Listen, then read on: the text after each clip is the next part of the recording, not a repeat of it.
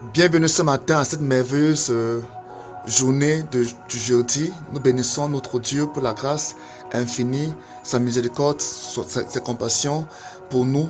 Il nous a renouvelé le souffle de vie ce matin. Nous nous sommes infiniment reconnaissants au nom de Jésus. Que je voudrais continuer ce matin en remerciant infiniment tous ceux-là qui continuent à partager nos émissions, nos audios, qui sont fidèles à la parole de Dieu, qui l'écoutent, qui l'étudient et qui la suivent. Nous bénissons Dieu pour tous ceux-là qui partagent, ceux-là qui prient pour nous, parce que nous en avons besoin, ceux-là qui nous soutiennent avec leurs dons, avec leurs finances. Il faut comprendre qu'une œuvre pareille ne peut pas, ne pas être supportée par une personne. Moi, je ne suis que la bouche derrière le micro, mais derrière, il y a beaucoup de gens qui prient, certains qui soutiennent financièrement, d'autres qui partagent. Alors que toutes ces personnes soient bénies, que ces personnes soient bénies au nom puissant de Jésus-Christ, que Dieu bénisse toutes ces personnes qui ont à cœur à ce que quelqu'un à côté d'eux écoute la parole de Dieu et soit sauvé. Alors ce matin, nous continuons notre enseignement sur c'est lui qui le fera, c'est Dieu qui fait les œuvres au travers de toi. Il faut comprendre que nous sommes juste des instruments, nous sommes juste des canaux, des médiums que Dieu utilise pour manifester sa gloire, pour se révéler au monde. Donc il faut donc se disposer, il faut donc se rendre disponible comme étant un instrument de gloire pour que Dieu puisse t'utiliser afin d'être comme un miroir, un canal au travers duquel il passe pour bénir les hommes. Donc quand nous faisons ainsi, nous ne devons pas avoir cherché notre propre intérêt, notre propre gloire. Jésus-Christ l'a dit dans le livre de Jean chapitre 7, le verset 18, il dit celui qui parle en son propre nom recherche sa propre gloire. Donc même quand nous prêchons, quand nous prions, nous ne devons pas chercher notre propre gloire, mais chercher la gloire du royaume auquel nous dépendons, que nous appartenons, le royaume de Dieu, le royaume des cieux. Amen. Alors ce matin, tu es un privilégié, tu es un ambassadeur du ciel sur la terre, tu représentes ton royaume sur la terre, et quand ta mission finira, tu repartiras là où tu viens, là où tu as été tiré.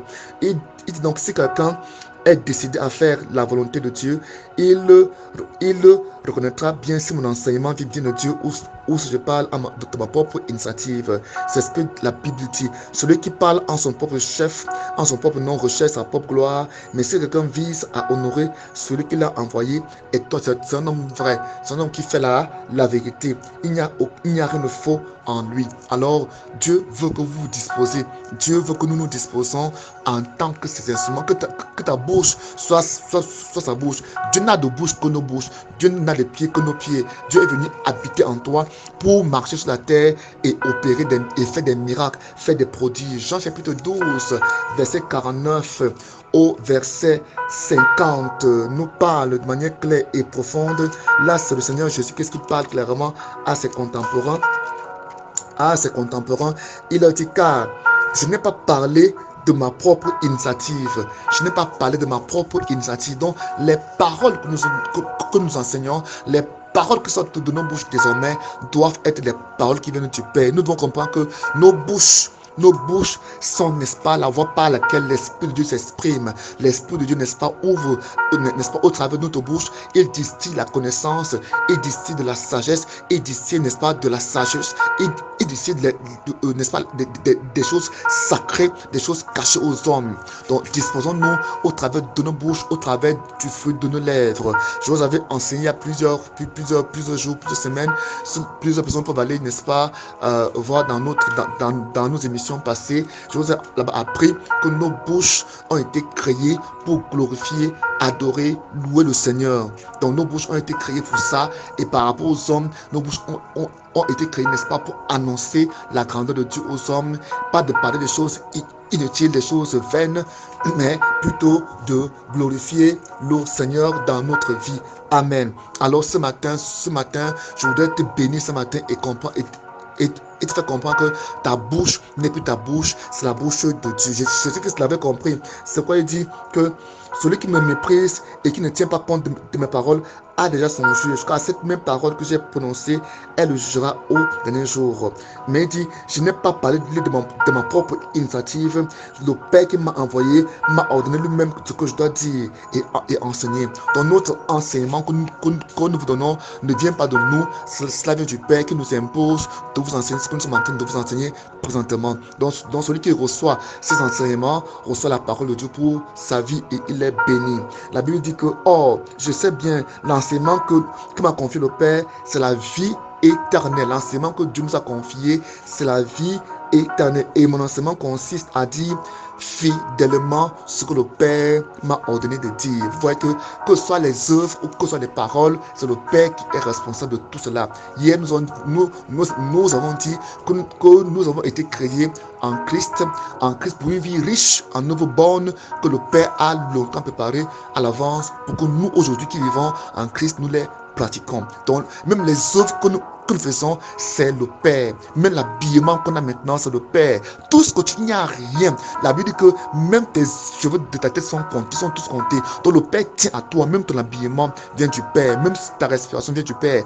Tout en toi émane du Père. Il dit que vous ne vous appartenez pas vous-même. Considérons ce matin que nous sommes des serviteurs de Dieu. Nous sommes, n'est-ce pas, des fils de Dieu. Nous sommes des envoyés du Père sur la terre, dans nos familles, dans notre environnement. Nous sommes appelés à influencer notre environnement par la parole de Dieu, par la présence du Père. Les hommes ne peuvent pas voir le Père, mais ils voient le Père au travers de toi et de moi. Les hommes ne vont pas voir Dieu lui-même parce qu'aucun être humain ne peut voir Dieu, mais on voit Dieu au travers de ses enfants, au travers de ses fils. Donc au travers de toi, les gens voient Dieu par ton habillement, par ta manière de te vêtir. Voilà pourquoi désormais tu dois faire très attention parce que ta manière de t'habiller, les hommes jugeront ta manière de t'habiller parce qu'ils voient l'esprit du Père en toi. Donc tu dois être soumis à l'esprit du Père qui est en toi. Les paroles qui désormais sortent de ta bouche ne sont plus ta parole, c'est la parole de Dieu. Voilà pourquoi je vous ai appris, je vous ai ici enseigné plusieurs fois à beaucoup lire la parole de Dieu afin que vos pensées soient nourries de la pensée de Dieu, afin que vous dites comme Paul, nous avons la pensée de Christ. Je vous ai appris que dans l'Ancien Testament, ce verset s'accomplissait qui dit dans Ésaïe chapitre 55, verset 10 que aussi éloigné que sont le ciel de la terre, c'est ainsi que nos pensées sont éloignées de Dieu. C'est ainsi que nos pensées sont éloignées des pensées de Dieu. Ça, c'était dans l'ancienne alliance où les pensées des hommes étaient tellement éloignées des pensées de Dieu. Mais dans la nouvelle alliance, ce n'est plus ça. Nous avons la pensée de Christ, dit-il. Ça, c'est Paul qui le dit, que nous avons la pensée de Christ. Donc, Christ et nous, on fait un.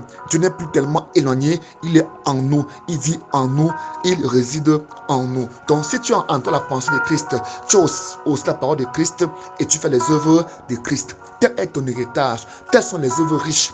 Telle est la vie que Dieu t'a donnée, qui est une vie abondamment riche en nouveau born, qu'il a préparé pour toi d'accomplir, de mettre en pratique.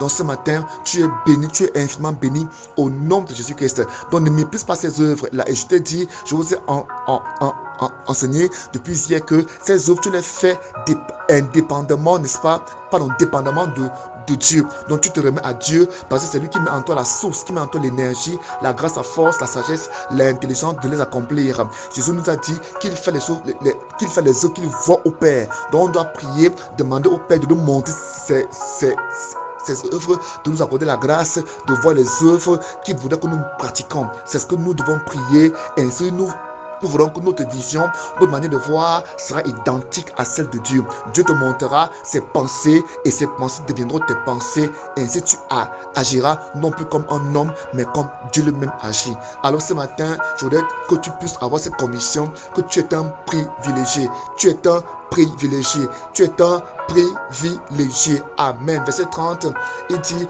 pour moi, je ne peux rien faire de mon propre chef.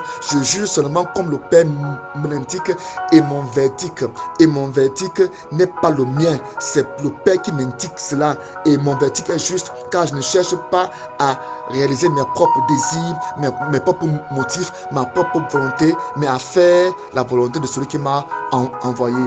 Alors ce matin, si Dieu t'a aimé, si tu es conscient que Dieu t'a aimé, que Dieu t'a béni en te donnant Jésus-Christ comme sacrifice, comme victime expiatoire, Dieu voudrait que en retour, tu l'aimes, tu sois son représentant, que tu te remettes entre ses mains afin qu'il t'utilise, afin que ta vie soit riche en œuvres bonnes qu'il a préparées pour toi d'accomplir, que tu puisses, n'est-ce pas, épouser sa vision qui est d'être pour toi son ambassadeur sur la terre, dans ta famille, dans ton environnement, dans ton lieu de travail, partout où tu vas, dans ton assemblée, dans l'église où tu vas, tu es un agent du ciel sur la terre. Tu es un homme, une femme que Dieu a préparé sur la terre pour être son canal par lequel il passera pour bénir les hommes. Alors ce matin, sois béni ce matin. Pendant que tu le feras, tu tu trouveras ton épanouissement, tu auras de la paix, tu auras de la joie de servir. Que Dieu te bénisse au nom de Jésus-Christ. Amen. Père, merci pour ceux qui m'ont suivi. Je prie que tu émondes ces paroles dans leur cœur et que tu ouvres leur intelligence pour qu'ils comprennent ces paroles et que cela leur apporte la vie, qu'ils deviennent des véritables enfants, des enfants de Dieu. Merci, Père, pour ta grâce. Merci, Saint-Esprit, parce que tu vis et demeures en nous désormais. Au nom de Jésus-Christ de Nazareth. Amen. Mon nom c'est Blaise Bechem. Mon contact, appel WhatsApp sur le plus 237 6 78 98 98 31. Soyez bénis.